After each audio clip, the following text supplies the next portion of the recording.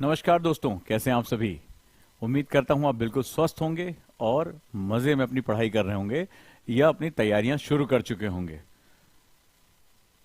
स्वागत करता हूं आप सभी दोस्तों का इस मंच पर आईएएस विद ओजांग सर के इस चैनल पे। और मैं आपका गाइड ओजांग। वर्षों से मैं आपको ट्रेन करता चला आ रहा हूं कि कैसे आपको बेस्ट करना, और उसका नतीजा हो रहा है कि साल दर साल जो रिजल्ट्स हैं उनकी संख्या बढ़ती चली जा रही है, और ये हमारे सभी होनहार ओजांकियंस की जो ताकत है वो दिखा रही है। और जिस तरह से इस बार उन्होंने प्रीलिम्स का पेपर दिया है, इस बार बहुत बड़ी संख्या में रिजल्ट आने की हमें उम्मीद है। हमारे अंदर ये भरोसा हो चुका है कि जो हम वर्षों से इनोवेशन इन एजुकेशन करते चले आ रहे हैं उसका फायदा लोगों तक पहुंच रहा है। जो हर वर्ष हम बच्चों की प्रॉब्लम को समझते हुए एक अद्भुत प्रयोग करते हैं, उससे उनको बड़ा फायदा हो रहा है। और डेफिनेटली जो बड़ी संख्या में आपके मैसेज आते हैं वो हमारे हौसले का एक बहुत बड़ा कारण है, वो हमारी पावर का एक बहुत बड़ा कारण है। और डेफिनेटली इससे हमें जो है एक ताकत मिलती है, हम आपकी समस्याओं को ज्यादा अच्छे तरीके से सुलझा पाते हैं। तो दोस्तों, इसी कड़ी में हम आगे बढ़ते हैं और नई चीजों को समझते हैं। साथ ही साथ परिवार से जुड़े रहिए, और सबसे महत्वपूर्ण बात, जो दिए गए नंबर पे आप कॉल कर सकते हैं, आप फॉर्म भर सकते हैं अपनी समस्याओं के साथ कि मुझे सर आपसे इस विषय पर वीडियो चाहिए। साथ ही साथ अगर आपको कोई दिक्कत आ रही है तो हमारे जो मार्गदर्शक, हमारे जो मेंटर हैं, या स्वयं मैं आपसे बात कर सकता हूं। अगर समस्या गंभीर है, आप अपनी लाइफ को लेकर बहुत कंफ्यूज हैं, तमाम तरह की दिक्कतें हो रही हैं, तो वहां पर हम आपकी लगातार मदद कर सकते हैं, क्योंकि इसी से आपका हौसला बढ़ेगा, आपकी ताकत बढ़ेगी, कॉन्फिडेंस बढ़ेगा। और डेफिनेटली मैं जानता हूं कि अगर आप स्वयं पर विश्वास करना सीख जाएंगे, अगर आप प्रोसेस पर फोकस करना शुरू कर देंगे, तो नोबडी कैन स्टॉप यू, आपको कोई भी रोक नहीं पाएगा। यही एक परिवार का एक नियम होता है। तो जय हिंद के साथ आगे बढ़ते हैं। आप सभी को मेरी आवाज आ रही है? मुझे जय हिंद कमेंट बॉक्स में लिखकर भेजें, ताकि जोश और जज्बे के साथ भारत माता की सेवा करने के लिए जो हम भारतीय उद्धत हैं, जो हमारे अंदर एक प्रेरणा है, हमारे अंदर जो ताकत है, वो सभी तक जो है वो हमारी ऊर्जा पहुंचे, और हम भारत में आने वाले समय में सिविल सेवक बनके, सिविल सर्वेंट बनके भारत में एक जो चेंज की जो धारा बह रही है, जो परिवर्तन की धारा बह रही है, उसके हिस्सेदार बने। है दम इस परिवर्तन का भागीदार बनने के लिए। भारत अपने अमृत काल में है, और भारत के अमृत काल में अगले 25 वर्षों में भारत को एक विकसित राष्ट्र बनाना है। ये हमारी सौगंध है, ये हमारा प्रण है, ये हम भारतीयों की ऊर्जा है। और सबसे बड़ी बात है, ये कोई हवाई बात नहीं है, ये महत्वपूर्ण बात है, क्योंकि हमारे पास एक इतनी बड़ी विरासत है, इतना बड़ा धरोहर है कि पूरे विश्व के, अपने इतिहास के 2/3 समय में हमने पूरे विश्व पे राज किया है। और राज हमने सत्ता के दम पे, तलवार के दम पे नहीं किया। हमने जो राज किया है वो ज्ञान के आधार पर किया है। हमने जो राज किया है वो अपनी मानवता के आधार पर किया है। हम वो लोग हैं जो कहते हैं सर्वे भवन्तु सुखिनः, सर्वे सन्तु निरामया, सर्वे भद्राणि पश्यन्तु मा कश्चित् दुःख भाग् भवेत्। हम संसार के दुखों को दूर करने वाले मानवतावादी हम भारतीय हैं। तो भारतीय होने का मतलब है एक वैश्विक नागरिक की भावना, एक मानववादी दृष्टिकोण की भावना। और सबसे बड़ी बात, जो अंग्रेजों ने हमें कहा कि ये दकियानूसी है, हम तो प्रकृति पूजक है। हम इंसान के साथ साथ हम पशुओं और जो हमारे पौधे हैं, इनके प्राणों की भी रक्षा करना, इनके प्राणों को महत्व देना, और अपने धरोहर के साथ जोड़ के रखने वाले लोग रहे हैं। और यही सांस्कृतिक विरासत हमारी सबसे बड़ी ताकत है। हमें वापस उसको लेकर आना, और ये वापस ले आने की जिम्मेदारी आपकी और मेरी है। एक शिक्षक के रूप में आपके अंदर वो ज्योत जगाना, वो पावर को इग्नाइट करना, जिसको स्वर्गीय डॉक्टर एपीजे अब्दुल कलाम साहब ने कहा था, विंग्स ऑफ फायर, वो चीज लेकर आना। और आपको भी है कि उस ज्योत को संभाल के रखना, उस ऊर्जा को संभाल के रखना, ताकि आने वाले समय में जो भारत की पीढ़ियां हैं वो रोशन हो सके, वो सही रास्तों पर जा सके, भारत प्रगति पथ पर आगे बढ़ सके। इस प्रण के साथ इस क्लास को शुरू करते हैं, क्योंकि जो हमारे स्टूडेंट आज सीयूईटी का पेपर खत्म हो रहा है, और अब इस सिविल सेवा में जाने के लिए आफ्टर 12th बहुत ढेर सारे जोशीले नौजवान, जिनसे मैं लगातार गुरुकुल बैच की काउंसलिंग के दौरान मिल रहा हूं, इनकी आंखों में एक ऊर्जा है, सपने हैं। ये एक नए भारत का युवा है, एक शक्तिशाली भारत का युवा है। ये निर्णय ले सकता है। आज मुझे बहुत आश्चर्य के साथ कहना पड़ा कि 12वीं के बाद हम पूछा करते थे पिताजी से, मामा से, रिश्तेदारों से क्या करें, और वो जो हमें बताया करते थे हम उसको सुना करते थे। लेकिन आज का युवा बहुत ही ज्यादा जागरूक है, वो अपने रास्ते को जानता है, और वो अपने माता पिता से संवाद भी करने को तैयार है, कम्युनिकेशन करने को तैयार है। वो जानता है कि उसे क्या पाना है, क्या आज मुझे इस तरह की यूथ सुन रहे हैं जो अपनी जिंदगी के फैसले स्वयं ले सकते हैं, या वो दिग्भ्रमित हैं? किस तरह के यूथ हैं, मुझे लिखकर बताइए। Yes sir, we can take our decision, हम अपने खुद के निर्णय ले सकते हैं, क्योंकि भारत ऐसे ही युवाओं पर विश्वास करता है। डेमोग्राफिक डिविडेंड कंट्री है, दुनिया की सबसे युवा कंट्री है, और अगले 25 साल भारत के हैं, लेकिन इस भारत के 25 साल तभी होंगे जब हम सभी राष्ट्र निर्माण में अपनी भागीदारी, अपनी पार्टिसिपेशन सुनिश्चित करें, अपने जोश और जज्बे को भारत माता के साथ जोड़ दें। निश्चित रूप से दुनिया में सबसे ताकतवर देश बनने से हमें कोई रोक नहीं सकता, और इसकी परछाई हमें दिखने लगी है। कोई हमारे प्रधानमंत्री के पैर छू रहा है, कोई बॉस कह रहा है, और आज तो यह भी कह दिया कि हिंद प्रशांत क्षेत्र में, अमेरिका कह रहा है कि हिंद प्रशांत क्षेत्र में भारत के बिना परिकल्पना ही नहीं हो सकती है, यानी इंडिया की परिकल्पना नहीं हो सकती। और मैं सभी भारतीयों को कहना चाहूंगा, सभी जोशीले नौजवानों को कहना चाहूंगा कि 1905 में कर्जन ने कहा था, जब अंग्रेजों का शासन था, कि भारत चाहे या ना चाहे, भारत की स्थिति ऐसी हिंद प्रशांत क्षेत्र में है कि भारत के बिना विश्व आगे नहीं बढ़ पाएगा। लेकिन भारत को अपनी ताकत पहचानने में 1905 में कर्जन ने कहा था, बंगाल विभाजन से पहले, और आज सन 2023 में अमेरिका कह रहा है कि हिंद प्रशांत क्षेत्र भारत के बिना इसकी कल्पना भी नहीं की जा सकती। अनइमेजिनेबल है कि भारत कभी भी जो है वहां पे सोच भी नहीं सकते। तो ये ताकत है हमारी, और पूरी दुनिया हमारी ताकत को पहचान रही है।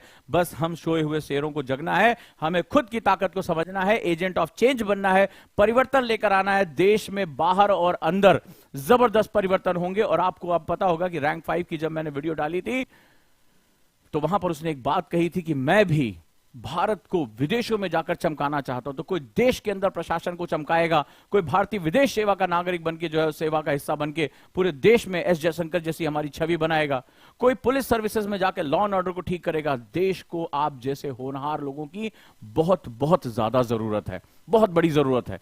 तो सोचना किस बात का दोस्तों, अब हम लोग जुट जाते हैं और पूरी तैयारी के साथ लग जाते हैं। आज का जो विषय है वो है आर्ट स्टूडेंट, यानी जिन्होंने 12th में या ग्रेजुएशन में वो आर्ट लेना चाहते हैं। सीयूटी का पेपर खत्म हो रहा है, निश्चित रूप से अब आंखों में बड़ी उम्मीदें हैं, जल्दी ही यूनिवर्सिटी के जो है वो शुरू हो जाएंगे एग्जाम। तो डेफिनेटली हमें कैसे पढ़ना है, क्या चीज है, तो अब हम लोग उसके बारे में बात करने जा रहे हैं। मैं सभी के विषय में बात करूंगा। आज ह्यूमैनिटी के स्टूडेंट के बारे में बात करूंगा, इसके बाद जो इंजीनियरिंग करना चाहते हैं उनके लिए बात करूंगा, कॉमर्स के लिए बात करूंगा। डेफिनेटली आपको सही रास्ता पता होना जरूरी, क्योंकि ये पूरा जो मैटर है वो आपके भरोसे का है। अगर आप खुद पे भरोसा करेंगे, जीत आपकी हो जाएगी। अगर आप खुद पर संदेह करेंगे तो आप किसी और नहीं, खुद से हार जाएंगे। और जो खुद से हार जाता है वो दुनिया में कभी दोबारा खड़ा नहीं हो सकता है। दुनिया में आपको आपका दुश्मन हरा दे, आपके अंदर हिम्मत होगी, आप दोबारा उठ खड़े होंगे। इतिहास गवाह है कि कितनी बार लोगों ने लड़ाइयां हारी, लेकिन वो अंतिम प्रयास करते रहे और इतिहास बदल के रख दिया। पूरा इतिहास इसी का गवाह है। तो आपको लड़ना आना चाहिए, आपको फाइट करना आना चाहिए। तो सबसे पहले अब हम बात करते हैं कि भारत को बदलने की शुरुआत कहां से हो सकती है, और क्यों मैं इतने जोशीले जो हमारी नई पीढ़ी है उसके साथ बात करने जा रहा हूं, क्योंकि जिम्मेदारी उनके कंधों पे है और अब वो बहुत जागरूक हो चुके हैं।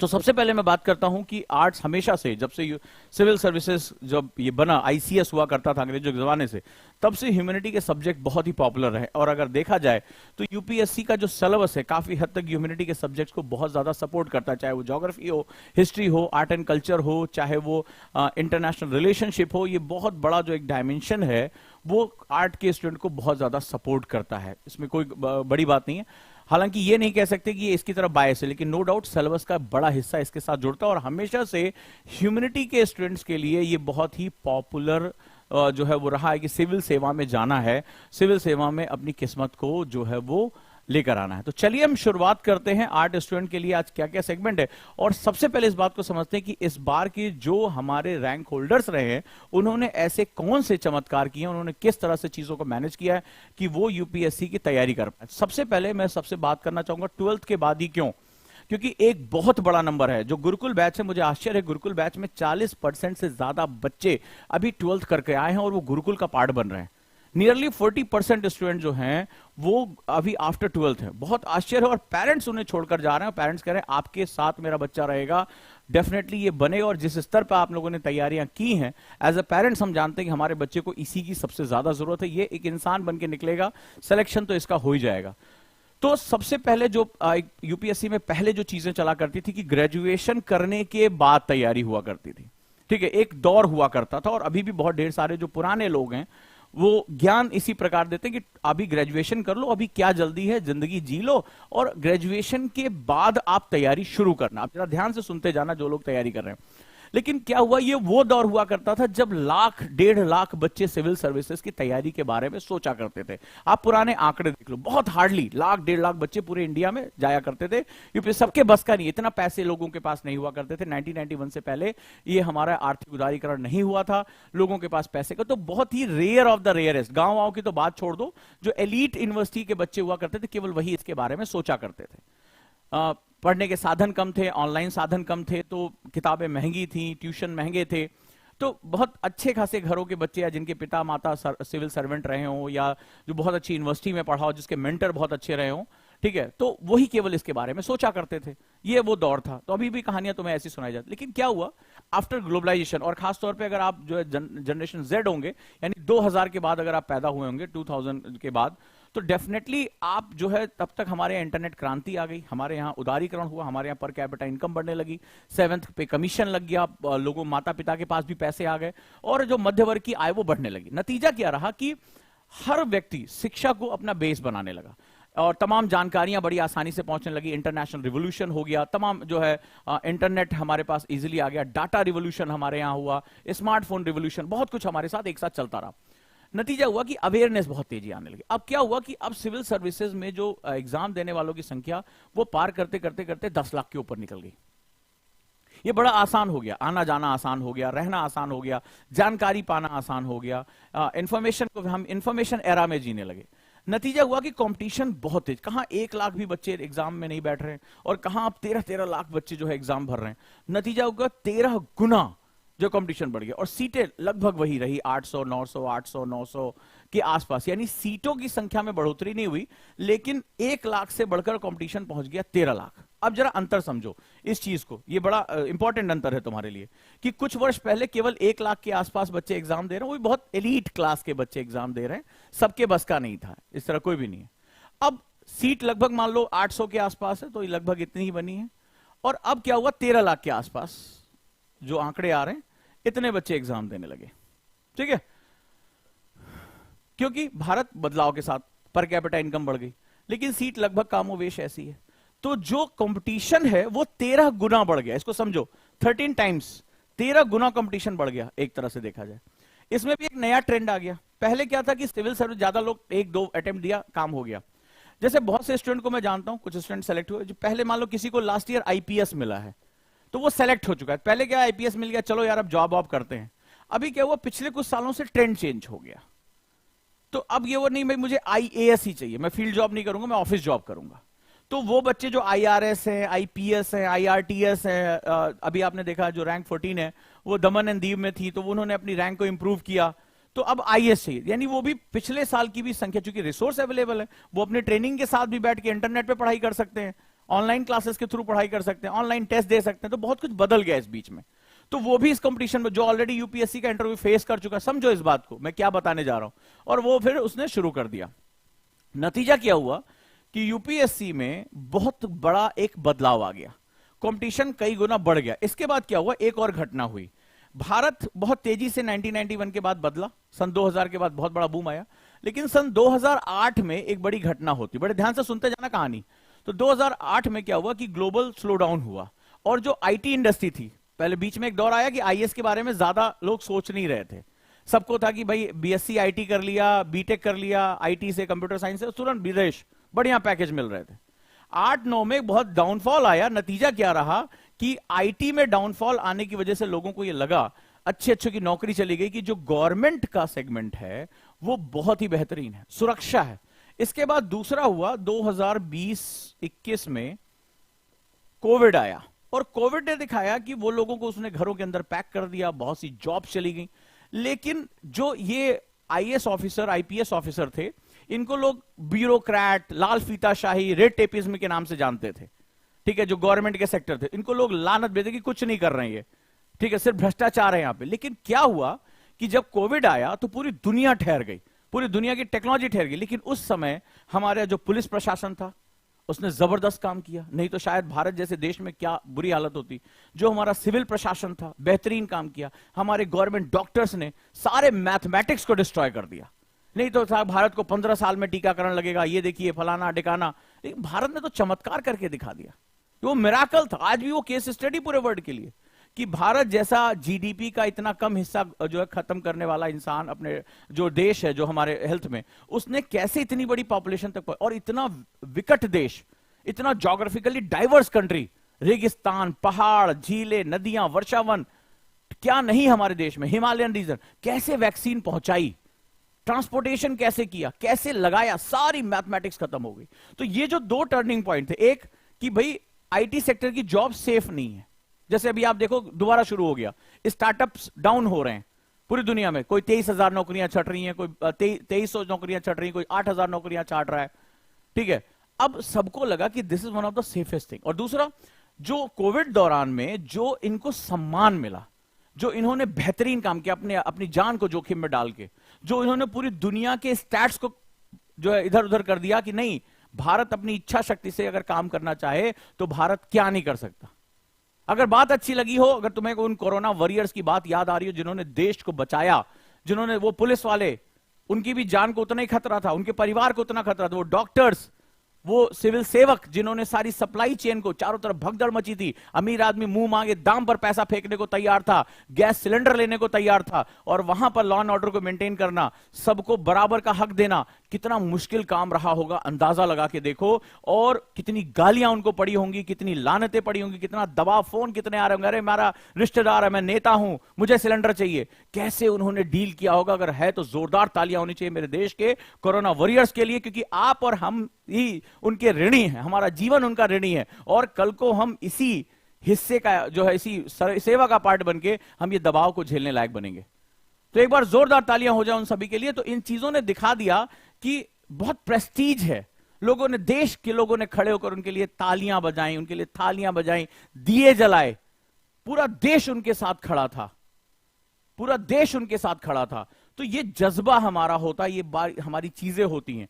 तो इस सेवा में एक बड़ा बदलाव आया। अब जो मैं बात कह रहा हूं कि कंपटीशन इतना गुना बढ़ गया, 13 गुना बढ़ गया, और ढेर सारा टैलेंट आने लगा। कोई आईआईटी से पढ़कर आ रहा है, कोई आईएम से पढ़ के आ रहा है, कोई दिल्ली यूनिवर्सिटी का स्टूडेंट है, कोई लंदन स्कूल ऑफ इकोनॉमिक्स से है। नतीजा हुआ कंपटीशन कई गुना बढ़ गया। अब जो स्टूडेंट ग्रेजुएशन के बाद सोच रहे हैं कि हम करेंगे, उनको समय कम मिल रहा है। और यहां पर चूंकि कंपटीशन ज्यादा जब हो जाता है तो आपको जल्दी तैयार करना पड़ता है। जैसे अगर आप आईआईटी की तैयारी कर रहे हैं तो आईआईटी में भी बहुत कंपटीशन है। आपने देखा होगा 8वीं 9वीं क्लास से, अगर आप किसी मेट्रोपॉलिटन सिटी में या जागरूक माता पिता की संतान है, तो 8वीं 9वीं से ही आपको फाउंडेशन कोर्स में डाल देते हैं। हाँ या ना मुझे बताइए। आईआईटी की तैयारी स्कूल एजुकेशन के साथ शुरू कर देते हैं, क्योंकि उनको पता है कि 12th क्लास में जाके आईआईटी की तैयारी नहीं हो पाएगी। बहुत बड़ा सिलेबस है, कई लेवल के एग्जाम है और बहुत फियर्स कंपटीशन है। तो अगर आपने नोटिस किया होगा तो आपने, हाँ या ना मुझे बताइए, नीट की तैयारी, आईआईटी की तैयारी 8th 9th क्लास से शुरू हो जाती है या नहीं हो जाती है? या आपने भी की होगी अगर आप थोड़े भी जागरूक होंगे। तो ये तो देश का सबसे कठिन एग्जाम है। तो it should be start after 12th, because in that time आप राष्ट्र को समझने के लिए टाइम पाते हैं।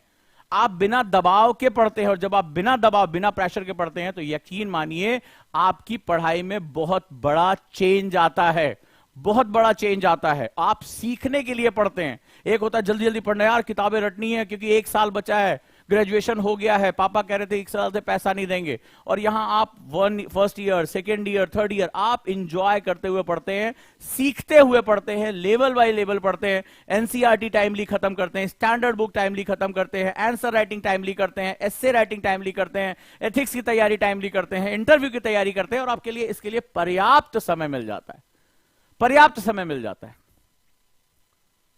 तो अगर आप ध्यान से देखेंगे तो ये जो न्यूज़पेपर पढ़ना है, क्योंकि इसमें बहुत कुछ बदल है, इसमें खुद को बदल देना पड़ता है। यूपीएससी और बाकी एग्जाम में यही अंतर है। आईआईटी की तैयारी करिए, पीसीएम पढ़िए, हो जाएगा। मेडिकल तैयारी, पीसीबी पढ़िए, हो जाएगा। लेकिन यूपीएससी में खुद को पढ़ना पड़ता है, देश को पढ़ना पड़ता है, खुद को बदलना पड़ता है, खुद को चेंज करना पड़ता है, परिवर्तित करना पड़ता है।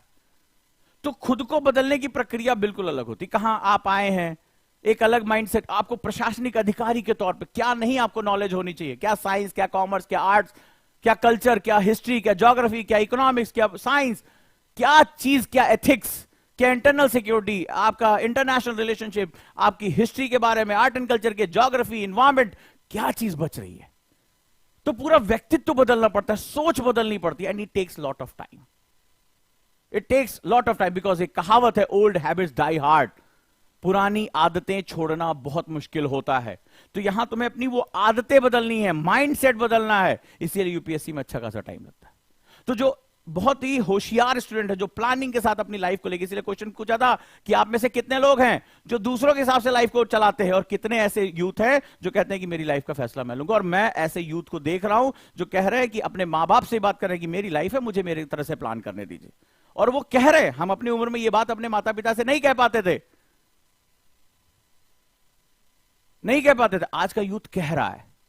तो अब यहां क्या होगा कि तुम्हारे पास टाइम मिल जाएगा कि बिना प्रेशर के कैसे तैयारी करनी है, और सीखने की प्रक्रिया में आना है। वो जानते हैं कि ये जो इंटरनेट पे आ जाता है कि 1 साल में आईएएस बने, 8 महीने में आईएएस बने, नहीं है उनके लिए, ये झूठ है, क्योंकि इसमें अपने आप को बदलने में अच्छा खासा टाइम लगता है। उनको भी याद है कि मुझसे हाई स्कूल में किसी ने कहा था नहीं बदल पाया, 12th में कहा था नहीं बदल पाया, कई बात मैंने प्लान किया था इस बार टॉप करूंगा, नहीं कर पाया। क्यों? क्योंकि मेरी हैबिट्स मुझे रोक रही थी।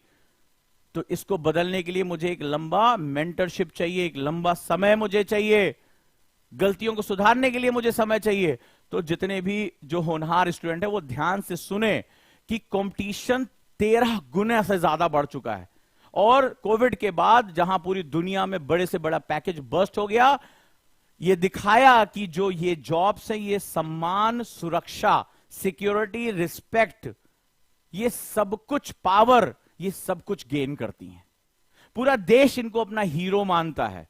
तो ये बदलाव, एक बड़ा माइंडसेट का बदलाव आया है, बहुत बड़ा। और ये जब माइंडसेट का बदलाव आया है, तो अब बच्चे ही नहीं, पेरेंट्स भी सोच रहे हैं कि हमारा बच्चा सिविल सर्विस में जाए, क्योंकि सम्मान, सुरक्षा, कोविड जैसी आपदा जीवन में किसी ने नहीं देखी, लेकिन इस आपदा में भी इनकी जॉब सुरक्षित रही, इनके सम्मान में बढ़ोतरी हुई, और राष्ट्र में ये हीरो बन के निकले। तो अब माइंडसेट बहुत बदल गया। अब देखना 1-2 साल के अंदर और बड़ी संख्या में यूथ इसके अंदर इंटर करेंगे, और पेरेंट्स लेकर आ रहे हैं कि मैं अपने बच्चे को यही कराना चाहता हूं। सो ये जो सेगमेंट है, ये बहुत सोचने की बात है। कंपटीशन और बढ़ने जा रहा है, ये कम नहीं होगा, बढ़ेगा, बढ़ेगा। तो ऑब्वियस सी बात है, अगर आप जल्दी, जो कहते हैं ना early birds gets the worm, जो जल्दी तैयारी करना शुरू करेगा उसको समय ज्यादा मिलेगा अपनी गलतियों को इरेज करने का। कई बार आप बहुत हाइपोथेटिकल हो जाते हैं, सॉरी टू से, कि अरे सर ये 6 महीने में ये कर लेंगे, 2 महीने में ये हो जाएगा, 3 महीने में आंसर राइटिंग हो जाएगी, बस हो गया आंसर। लेकिन जब एक्चुअली में तैयारी करने उतरते हैं तो ऐसा कुछ नहीं होता। आपको पता चलता है कि आप कोई भी काम करो उसमें समय ज्यादा लग रहा है, गलतियां ज्यादा हो रही हैं। तो आप पहले से तैयारी जब शुरू करोगे तो आपको यह पता रहेगा कि मुझे अपनी गलतियों को कैसे सुधारना है। This is one of the best thing जिसको आपको बात करनी है, और आपको भी पता है कि हाँ मुझे ये चीज करेक्ट करने में समय लगेगा। तो जो बच्चे आफ्टर 12 तैयारी शुरू कर देते हैं उनको बहुत ज्यादा इसमें एडवांटेज हो जाती है। They get lot of advantage कि वो अपनी तैयारी को शुरू कर सकते हैं, किस रूप में आगे लेकर चल सकते हैं, और यूपीएससी के लिए वो ड्रीम देख सकते हैं कि मुझे कैसे करना है। तो 12th के बाद तैयारी करने का जो हमने बैच बनाया, दैट इज कॉन्सेप्टर बैच, राइट। अगर आप आईएएस की तैयारी आफ्टर 12th करना चाहते हैं, हिंदी और इंग्लिश दोनों बैच में, भाषाओं में, तो 2 साल का बैच है, यानी कि 2 इयर्स, लेवल 1 एंड लेवल 2।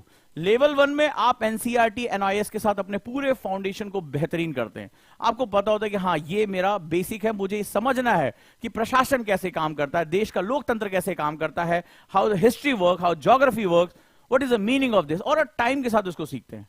तो पर डे आपके कॉलेज के साथ साथ 2 घंटे आपको समय देना है, धीरे धीरे यहां से कवर हो जाए। फिर जब आप नेक्स्ट ईयर में आते हैं, आपका history, geography, polity, economics, science, ये जो बेसिक सब्जेक्ट है ये आपके कवर हो जाते हैं। फिर अब कहां, अब मैं बात करने के लिए तैयार हूं इंटरनेशनल रिलेशनशिप पे, इंटरनल सिक्योरिटी पे, डिजास्टर मैनेजमेंट पे, एथिक्स पे, आंसर राइटिंग पे, एस्से राइटिंग में। तो आप सेकेंड लेवल पे जाते हैं। अब सेकेंड लेवल पे जाने के बाद आप फिर, अब कॉलेज भी आपको पढ़ाई करनी है, तो आप बहुत ज्यादा दिन में 8-8 घंटे क्लास नहीं कर सकते। या तो आप फिर कॉलेज आपका एसओएल हो, ओपन से कर रहे हो, तब तो ठीक है। तो यहां आप क्या करते हो, आप अपना 1.5 से 2 घंटा दे रहे हो डेली, और आपकी धीरे धीरे प्रिपरेशन होती चली जाए। फाइनल ईयर तक पहुंचते पहुंचते आप एस्से राइटिंग, आंसर राइटिंग, जो गलतियां हो उसको सही करना, टेस्ट देना, अपने मेंटर से बात करना कि सर मेरा ये चीज वीक रह गई, मुझे इस पे काम करना है। और फाइनल ईयर में अगर आप 21 साल हो रहे हो तो आप एग्जाम दे सकते हो। आपको बहुत अच्छी तरह पता है कि फाइनल ईयर के रिजल्ट से पहले भी आप फॉर्म भर सकते हैं, राइट। ये बहुत इंपॉर्टेंट सेगमेंट है। तो यहां पर ये बहुत, अब बहुत से बच्चों ने कहा कि सर हम एक साथ इतना पैसा, किसी भी को 2 साल पढ़ाना है आपको, यानी 35,000 रुपए महीने। हमने कहा 5,000 रुपए महीने के हिसाब से आप पढ़ लो, कोई बात नहीं, ईएमआई पे बात कर लो। तो आप वहां पर जो है, तो ये चीजें इस रूप में हमारी चलती हैं। तो आप अगर 12वीं के बाद अगर बैच ज्वाइन करना चाहते हैं 15 जून से, ऑनलाइन क्लासेस में आपको दिल्ली आने की जरूरत नहीं, आप वहां से अपनी पढ़ाई कर सकते हैं। और level wise, it is not like कि एक साल झोंक दिया तुम्हें मोटी मोटी किताबों में, तुम्हें समझ में नहीं आ रहा यार, मैं कॉमर्स का स्टूडेंट हूं, मुझे हिस्ट्री में नहीं कुछ समझ में आ रहा है, मैं साइंस का स्टूडेंट हूं, नहीं ज्योग्राफी पकड़ पा रहा हूं। तो यहां धीरे धीरे वो कॉन्सेप्ट डेवलप करते हो, आपको इसके साथ चलेगा। ठीक है, नेक्स्ट देखते हैं। अब आर्ट्स के स्टूडेंट के लिए क्या अपॉर्चुनिटी है? कई बार लगता होगा यार पता नहीं मेरा कुछ होगा कि नहीं होगा। जैसे मैं अभी एक पेरेंट से मिला, तो बोली मैं बच्चे को इंजीनियरिंग कराना चाहता हूं, तो मैं उसका मन ही नहीं लग रहा, वो पीसीएम के सब्जेक्ट में ही फेल हो गया 12th में। मैंने कहा इसका इंटरेस्ट ही नहीं है, आप इसको जबरदस्ती। बोले फिर मैंने कहा क्यों कराना चाहते हो? बोले अरे नौकरी वोकरी कर लेगा। तो आर्ट्स के स्टूडेंट के लिए, जैसे रैंक 1 की हम बात करें, इशिता किशोर, ठीक है, अब इनका जो ऑप्शनल था वो पीएसआईआर, इनका optional PSIR, political science and international relationship. अब इतने अच्छे कॉलेज डीयू से पढ़ने के बाद इन्होंने, इनका इंटरेस्ट था, इन्होंने पीएसआईआर ऑप्शन लिया, ह्यूमैनिटी का ऑप्शन लिया। और अगर आप देखोगे तो ज्यादा से ज्यादा जो सिलेक्शन है वो ह्यूमैनिटी के ऑप्शन के साथ है। तो रैंक 1 इन्होंने निकाला। लास्ट ईयर जो श्रुति ने रिजल्ट निकाला, श्रुति का ऑप्शन हिस्ट्री था, ये भी ह्यूमैनिटी का सब्जेक्ट है। तो लगातार जो ह्यूमैनिटीज है, आप देखिए इंजीनियरिंग बैकग्राउंड के स्टूडेंट, मेडिकल साइंस के बच्चे, वो ह्यूमैनिटी के सब्जेक्ट को ग्रास्प कर रहे हैं, उसके साथ चल रहे हैं और बेहतरीन कर रहे हैं, रैंक 1 लेकर आ रहे हैं। ठीक है, आईएएस टॉपर है। सो ये बताता है कि जो ह्यूमैनिटीज के बच्चे हैं वो अपने आप को लोअर फील ना करें। अब जैसे मान लो 12th हो गया है, वो ग्रेजुएशन में ह्यूमैनिटी के सब्जेक्ट को ऑप्ट कर सकते हैं। ठीक है, बहुत से बच्चे ऐसे जो साइंस से ह्यूमैनिटी की तरफ जा रहे हैं, उनको बिल्कुल, मैं एक बच्चे से मिला, उसने कहा सर मुझे कुछ और नहीं करना है, उसने पीसीएम ले रखा था, बोले मुझे कुछ नहीं करना, मुझे सिविल सर्विसेज करना है, तो मैं क्यों घूम के इंजीनियरिंग करके फिर सिविल सर्विसेज की तरफ जाऊं? बेहतर है कि मैं 12th के बाद ग्रेजुएशन में अपने ह्यूमैनिटीज के सब्जेक्ट ले लेता हूं, हिस्ट्री ले लेता हूं, पीएसआईआर ले लेता हूं, इकोनॉमिक्स ले लेता हूं, मेरे जो सब्जेक्ट है उसको मैं कवर कर लेता हूं, और इन्हीं सब्जेक्ट के बेसिस पे मैं यूपीएससी दे देता हूं। मुझे लगा कि स्टूडेंट कितने अवेयर हो चुके हैं, कितनी जानकारियां उन तक पहुंच चुकी है, और वो अपने जो ड्रीम्स हैं, अपने जो गोल्स हैं, उसको लेकर बहुत क्लियर है। मुझे कोई डाउट नहीं है, अगर वो स्टूडेंट 3 साल मेहनत करते हैं, 3 साल अच्छे से तैयारी करते हैं, तो नोबडी कैन स्टॉप, क्योंकि ये प्रक्रिया है, ये प्रोसेस है। अगर आप डेली पढ़ाई करते हैं, आंसर राइटिंग करते हैं, टेस्ट देते हैं, रिवीजन करते हैं, कोई नहीं रोक सकता आपको, नोबडी कैन स्टॉप यू। तो ये जो बात हो रही है वो इसी सेंस में बात हो रही है। अगर हम बात करें, जैसे मान लो अभी पीएसआईआर ऑप्शनल 5 जून से शुरू हो रहा है, तो ये 2 दिन के लिए केवल हमारा जो 7,999, इसके बाद फीस हम बढ़ा देंगे, तो 7,999 में ओनली 2 डेज आर लेफ्ट। ठीक है, तो इसमें अगर आप पीएसआईआर, इस साल बहुत अच्छे रिजल्ट हैं पीएसआईआर के, तो अगर आप इसको ऑप्शनल की तरह लेना चाहते हैं तो most welcome, only for 2 days, right. 2 days ये हमारा है, 31 और 1 तारीख को, इसके साथ भी आप जुड़ सकते हैं। मयूर की बात करें तो मयूर पेशे से डॉक्टर है, आपने देखा होगा, फर्स्ट अटेम्प्ट में इन्होंने यूपीएससी क्रैक किया, फर्स्ट अटेम्प्ट में, और बड़े हंसते गाते फॉरेन सर्विसेज ऑप्ट कर रहे हैं, इंडियन फॉरेन सर्विसेज, और इनका साथ एक सपना है कि ये भी एस जयशंकर की तरह भारत को रिप्रेजेंट करे। तो ऐसे यूथ पूरी दुनिया में भारत का डंका बजाना चाहते हैं।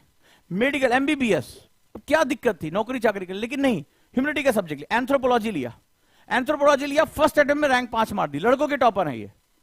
तो आप देखिए कि कितना एक जबरदस्त बदलाव आ रहा है। तो अब लोग कहते थे डॉक्टर बन गया, इंजीनियर बन गया, पैसे की कोई कमी नहीं है, लेकिन एक डॉक्टर यूपीएससी में क्यों आ रहा है? ऑफ कोर्स उसको लग रहा है कि यार हमारी, जब हम डॉक्टर्स थे तो हमें ऑर्डर्स तो ऊपर से लेने पड़े, ब्यूरोक्रेसी से ऑर्डर लेने पड़े, तो मैं ब्यूरोक्रेसी का पार्ट क्यों नहीं बनूं, मुझे पावर क्यों ना मिले, मैं ही परिवर्तन, मुझे लग रहा है कि मुझे कोई चेंज करके, अब तुम डॉक्टर हो, तुम कोई चेंज करना चाहते हो, कोई बदलाव, तुम्हारा पावर ही नहीं है, ऑर्डर जब तक ऊपर से नहीं आएंगे तब तक कुछ नहीं होगा। जब सीएमओ कहेगा, सीएमओ के ऊपर एक ऑफिसर बैठा है, तो बोला मैं वहीं पहुंच, मैंने इससे जब बात की, मतलब मैं वहीं पहुंचना चाहता हूं, ठीक है, जहां से मैं ऑर्डर दे सकूं।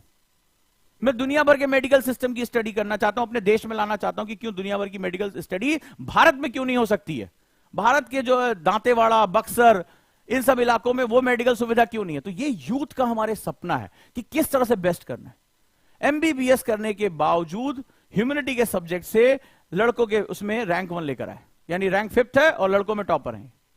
ये जबरदस्त एक बदलाव है।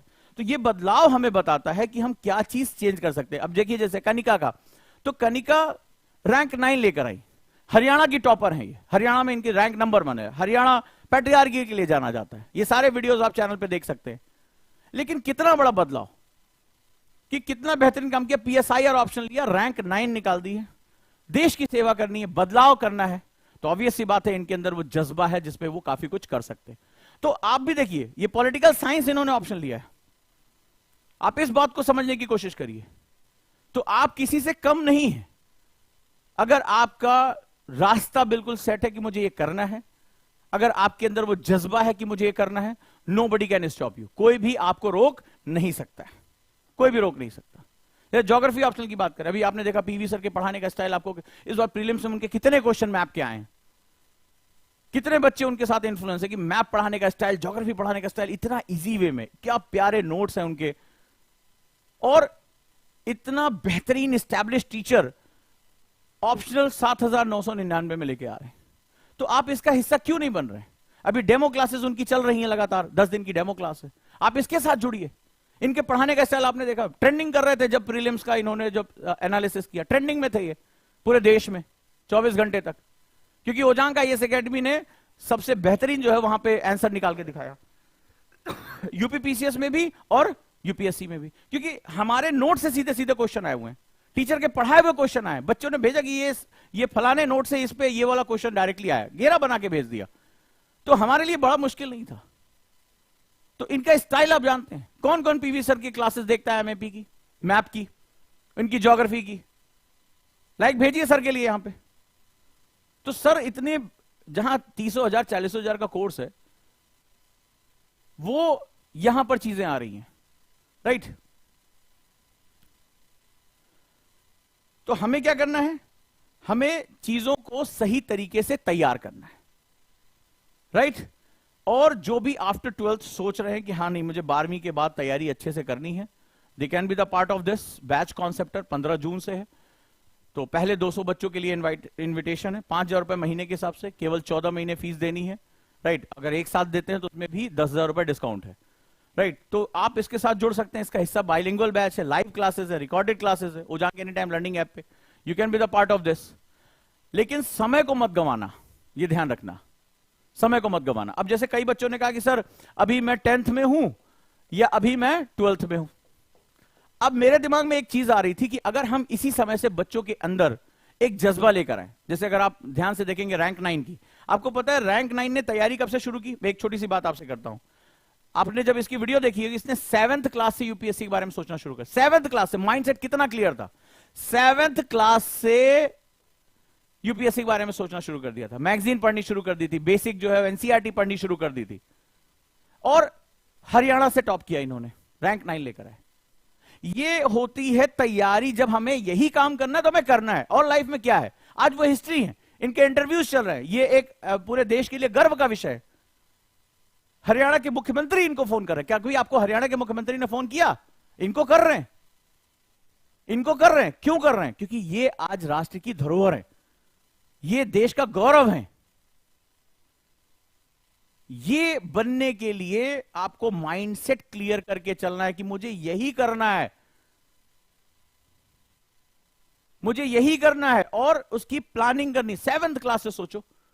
तो हमने क्या किया है यहां पे, सबसे पहला हमने जो काम किया कि मान लीजिए अगर आपको दिक्कत हो रही है, we are going to start पढ़ाई वाला ऑनलाइन क्लासेस, पढ़ाई वाला, देश के बेहतरीन टीचर्स और अफोर्डेबल प्राइस में, ठीक है। ओजांग पढ़ाई वाला जो है that is affordable price, from 6th class to 12th class के जो सारे सब्जेक्ट हैं, चाहे कॉमर्स हो, साइंस हो, ह्यूमैनिटीज हो, जो देश के बेहतरीन शिक्षक हैं, ओजांग एनी टाइम लर्निंग ऐप पर ये क्लासेस वो लेकर आ रहे हैं, ताकि शुरुआत से ही आपको वो टच मिलता रहे कि मेरे 11th 12th के मार्क्स भी अच्छे हो, मेरे 10th के मार्क्स भी अच्छे हो, और साथ ही साथ मुझे आगे ऐसे गाइडेंस भी मिले जो मुझे आगे मेरी लाइफ को आगे लेकर जा सके।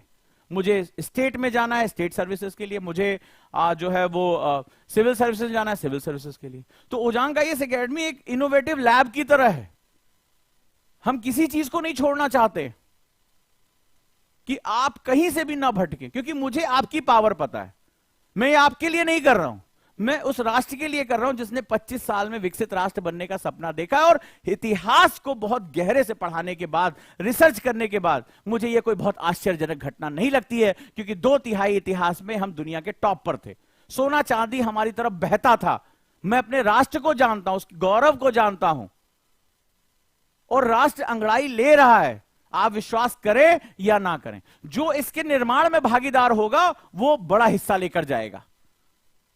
जो ताकता रह जाएगा, विश्वास करेगा भारत की आबादी तब तक बहुत बढ़ चुकी होगी, उसको एक अलग जीवन जीना पड़ेगा, उसको एक अलग जीवन जीना पड़ेगा। तो हमें ताकतवर बनना है, हमें आगे बढ़ना है, याद रखिएगा। तो ये राष्ट्र के लिए समर्पित है। तो आप पढ़ाई वाला के भी बारे में जानकारी ले सकते हैं। We are going to launch within a 1 week, ठीक है। कई बच्चों ने कहा कि सर हम नोएडा गुरुकुल बैच के लिए नहीं आ पा रहे, फर्स्ट बैच भर गया, कल से मेरी क्लासेस शुरू हैं। तो मैंने क्वेश्चन पूछा, क्या आप गुरुकुल बैच को रांची में भी चाहते हैं?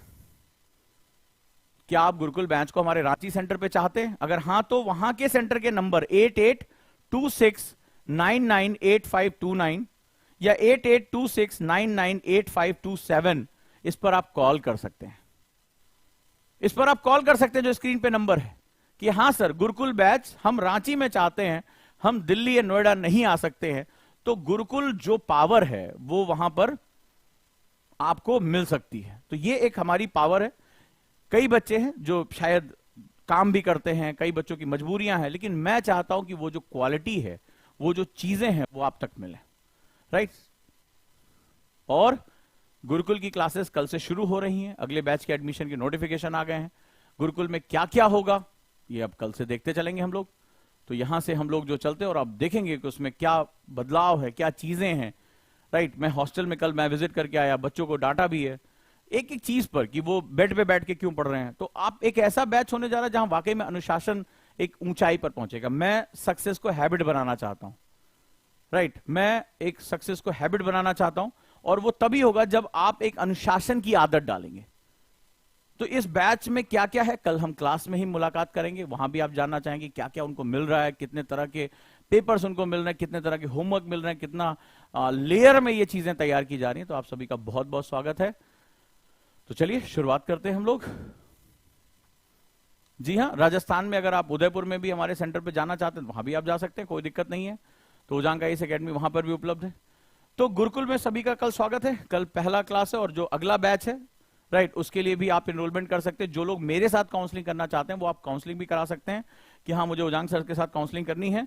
आप दिए गए नंबर पे कॉल भी कर सकते हैं, मैंने आपको पहले बताया 8750711100 या लास्ट में 2233 या 44। और जो 12वीं के बाद बच्चे हैं अपने करियर के बारे में सोचना शुरू कर दें, 15 जून से जो बैच है उसका हिस्सा बन जाएं और तैयारी को नेक्स्ट लेवल पे लेके चलें। Thank you so much. अपना प्यार इसी तरह बनाए रखिए ताकि हम रिजल्ट हर साल इंप्रूव करते रहें और ये रिजल्ट का जो पूरा खेल है वो हमारा आगे बढ़ता रहे और देश को बदलने का ये क्रम लगातार चलता रहे। आप सभी का बहुत बहुत धन्यवाद। ये नंबर्स आपके हैं, फॉर्म भर सकते हैं। अगर आप मेंटर से बात करना चाहते हैं तो मेंटर से आप बात कर सकते हैं। अगर आपको कोई समस्या आ रही, मुझसे बात करना चाहते हैं गुरुकुल बैच के लिए तो भी आप दिए गए नंबर पे कॉल कर सकते हैं। और अगर आप रांची में गुरुकुल बैच चाहते हैं तो आप यहां पर भी कर सकते हैं। उदयपुर में राजस्थान में चाहते हैं तो यहां पर भी आप बात कर सकते हैं।